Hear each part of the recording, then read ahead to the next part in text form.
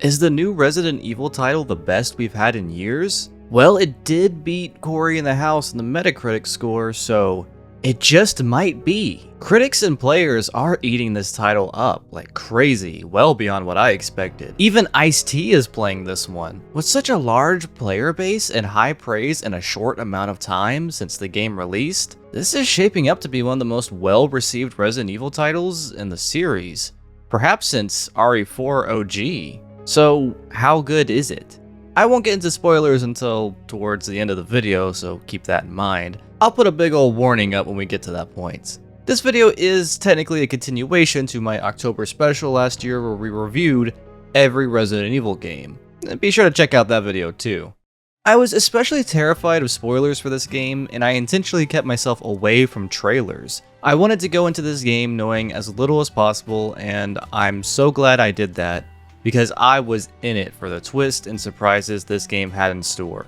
I was lucky enough to secure this beautiful Steelbook Deluxe Edition, which was announced, ironically, not long after my video in which I remarked that there hadn't been one since RE2 Remake, which does give me the impression that there might not be any other DLC for this game. But who knows, they could surprise me. RE8 marked the end of the Winter Saga, which was RE7 through RE8, making 9 a title that further connects to the original Raccoon City narrative, which I believe is what makes this title so interesting to people.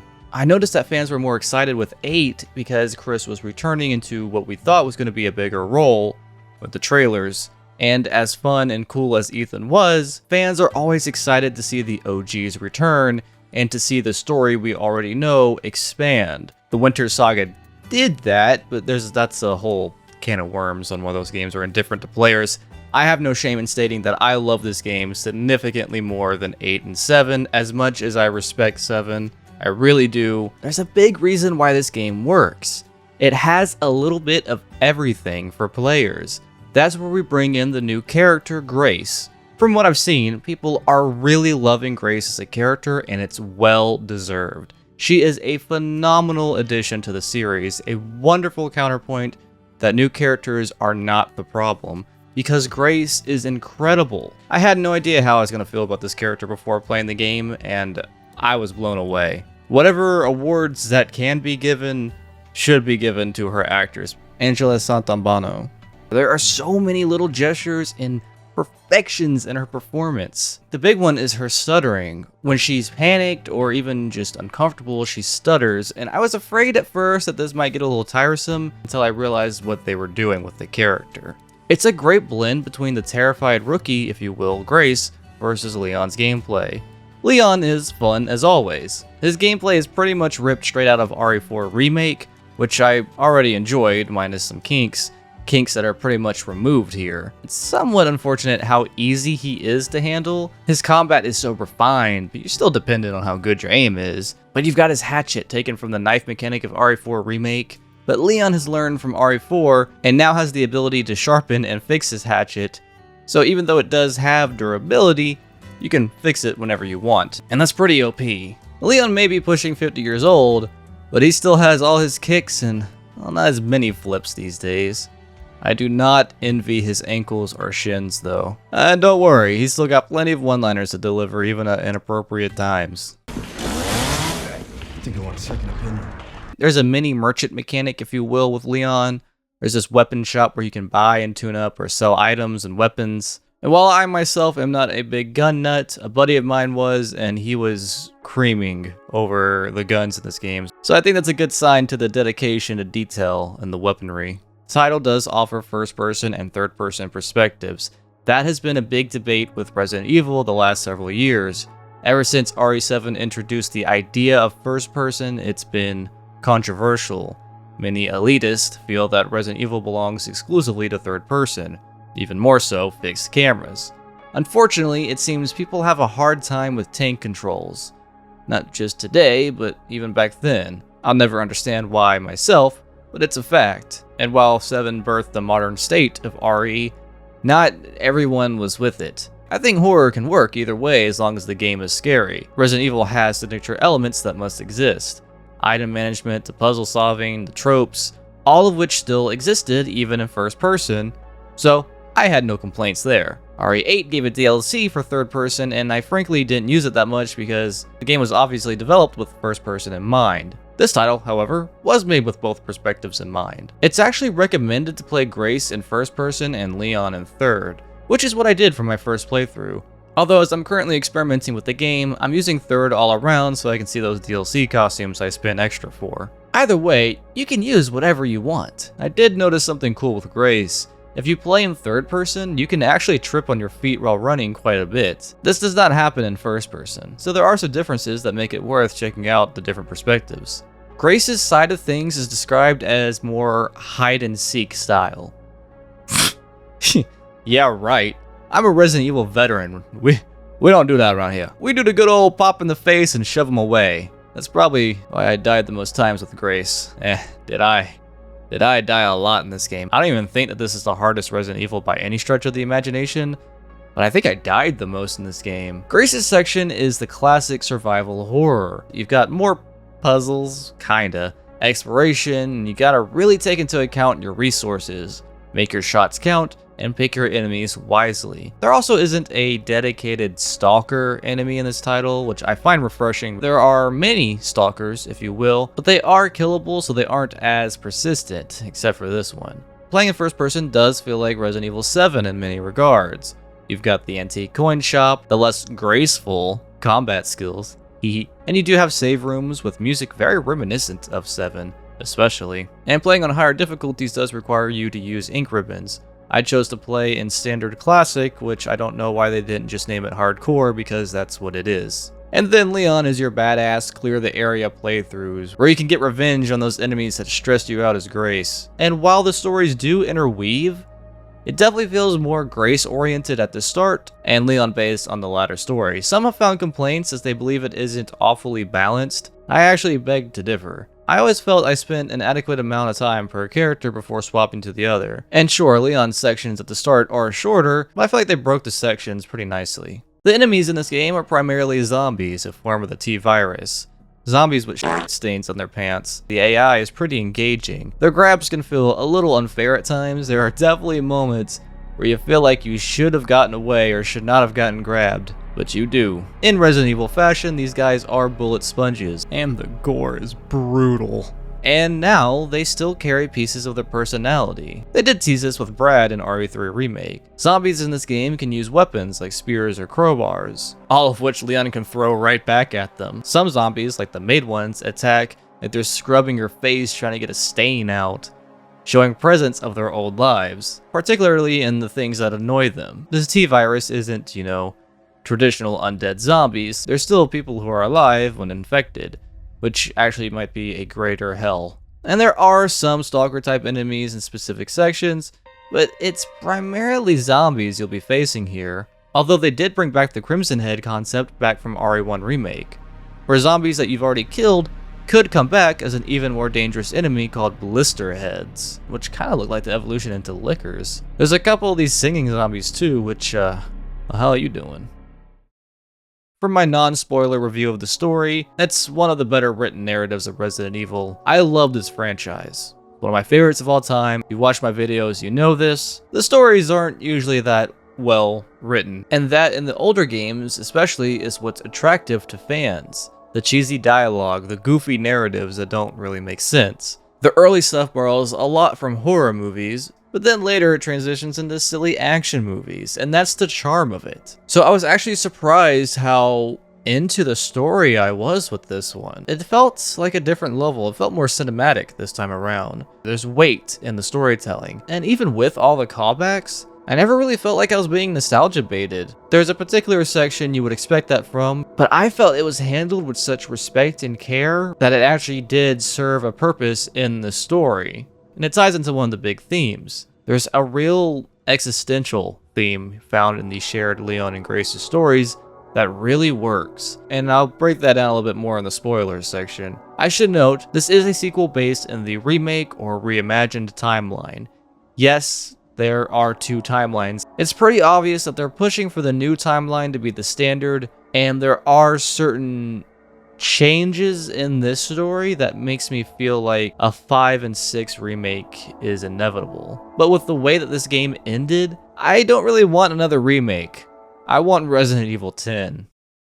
I will be moving into spoilers soon, but for those who just want my conclusion, please move to this point of the video via timestamp, okay? Spoilers now. Don't say I didn't warn you. Holy Wesker's back. Now I can actually discuss some of the deeper story elements. Grace's story is so damn compelling. She's a nervous, cluttered, timid FBI agent, which some people are using as a basis for insult. I have no idea how the FBI works. I assume they do have different ranges of skill sets, but I have watched X-Files many times, and I know for a fact someone set her ass up, because why on earth would she be going to all these convenient locations without even a molder by her side? Come on. This is all way too convenient. But yes, Grace is constantly in a state of panic because this is a personally tied horror for her. And even if it wasn't, and this is a scary ass situation for a normal person to be in. The trauma of her mother's murder, Alyssa Ashcroft, who too was a Raccoon City survivor from the Outbreak games. The idea of Raccoon City survivors being hunted down or dying spontaneously is such a cool concept that I really dug. Watching Grace's progression was so satisfying. Watching her overcome her trauma, you can actually see her get her hold of herself and her stutter when she becomes more confident, when she gets the answers about her existence, which also ties so interestingly with Spencer. I praised her performance before, but now I can actually show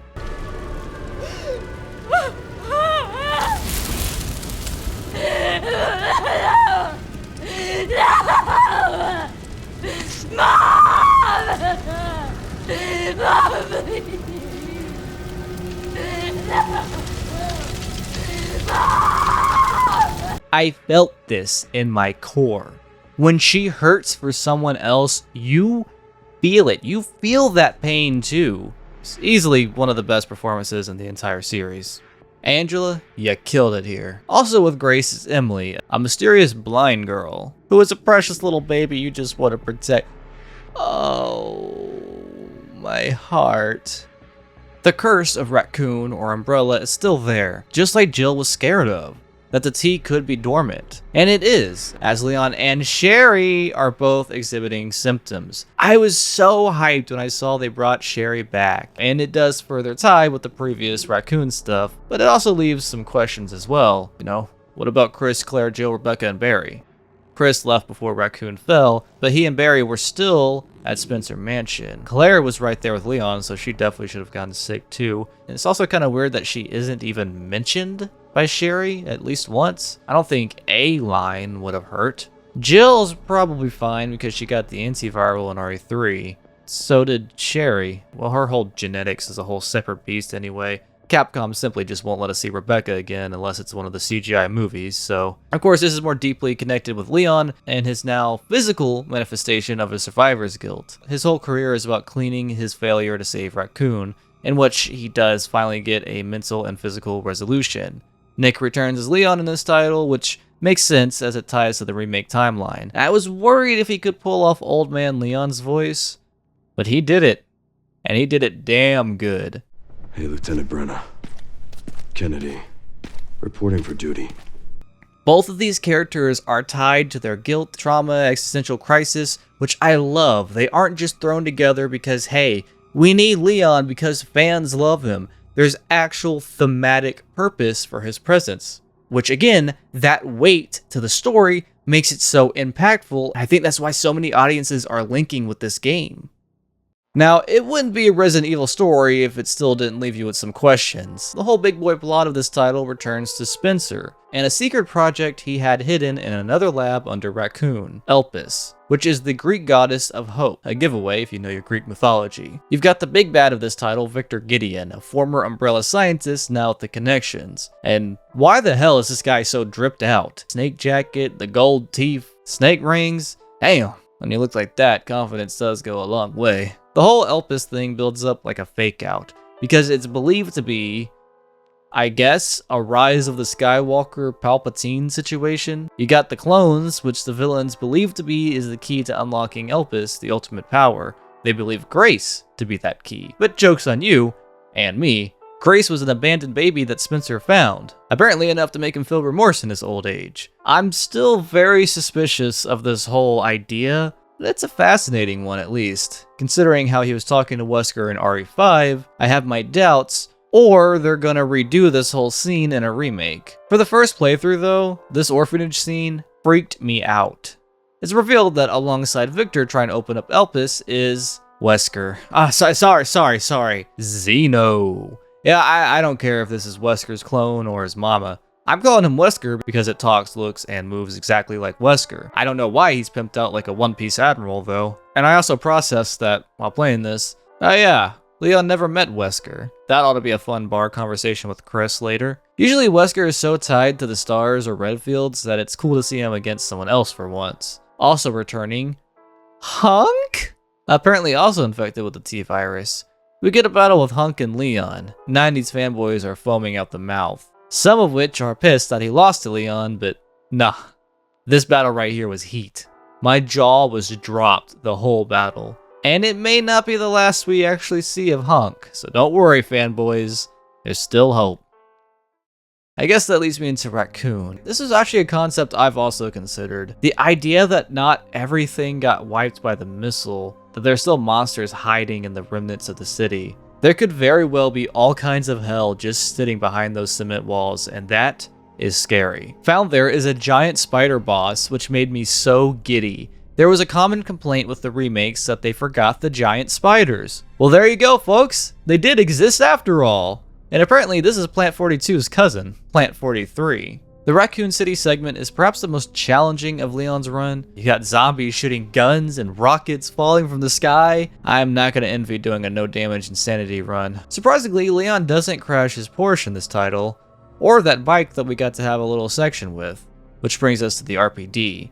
I certainly wasn't expecting to find a PS1 with Resident Evil in the locker. Or tofu! I don't know what instigates this Easter egg as I couldn't get it on my second run, but there he is! The final lab, as there should be, is hidden underneath the orphanage in Raccoon, not to be confused with Nest, which I guess is right next door to it. We get a return of Lickers, and these guys that actually shoot at you. I was not ready for that. And the Lickers with Grace were certainly stressful. In the end, there are two options to make. Now, I'll admit, I thought the moral choice was destroying Elpis. And the game even encourages that if you just sit static thinking about what you're gonna pick. The ending left me, my girlfriend, and my friends watching all speechless. At least I could save you. No!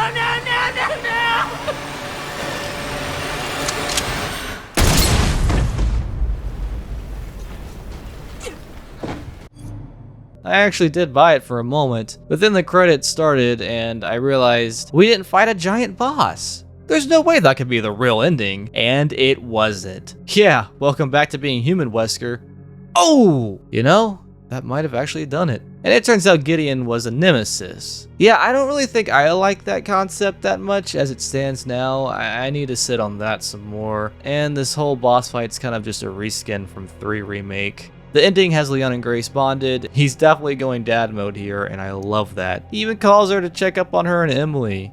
What a cool guy. As much as I loved Grace, I feel like her story served its purpose. I wouldn't be highly upset if she didn't return in the sequel because she had a proper closing, her guilt resolved, and now she has a family. And I don't want to see her coming back for the sake of fan begging. If she comes back, I want it to have good narrative reasoning. I'm not saying I never want to see the character again. She was so good in this one. I don't want to see them give her less than what she deserves in a future title. I also want to know who the hell Leon married, and I can't believe Ada didn't show up. I know there was concept for Ada to appear in 8, maybe that kind of interfered with this. I really was hoping for a few guest appearances towards the end. I was a little bummed out we didn't get that. For me right now, this game is an 8.59 out of 10 as it stands now. With Resident Evil, there's always a part or section in every game that's pretty dreadful. The ship in 7, the factory in 8, the sewers in 2, it's in every game. But this one, I don't really have one. Maybe on replays, the orphanage, but other than that, nah, I'm with it with this whole title. The biggest downside is the lack of post-game content. Like I theorized, there probably won't really be that much DLC for this one post-game. and it only takes about 3 runs to get all of the challenges done. Definitely the easiest set of trophies. You of course do have your hardest difficulty to play, which in this case is called Insanity Mode. The story itself does offer a lot of replayability, but I think the first playthrough holds the most power here. And I will admit that there really aren't puzzles in this game. I mean, there are some things that you solve, but they're not especially challenging, except for the enigmatic final puzzle. That was certainly interesting, and I do have a guide for that on my gaming channel. I wouldn't call this a masterpiece, but it is a good game. I mean, that's just it right there. It's just flat out a good game. It's not my favorite Resident Evil, but with some more time to think on it, it actually very well could be up there for me.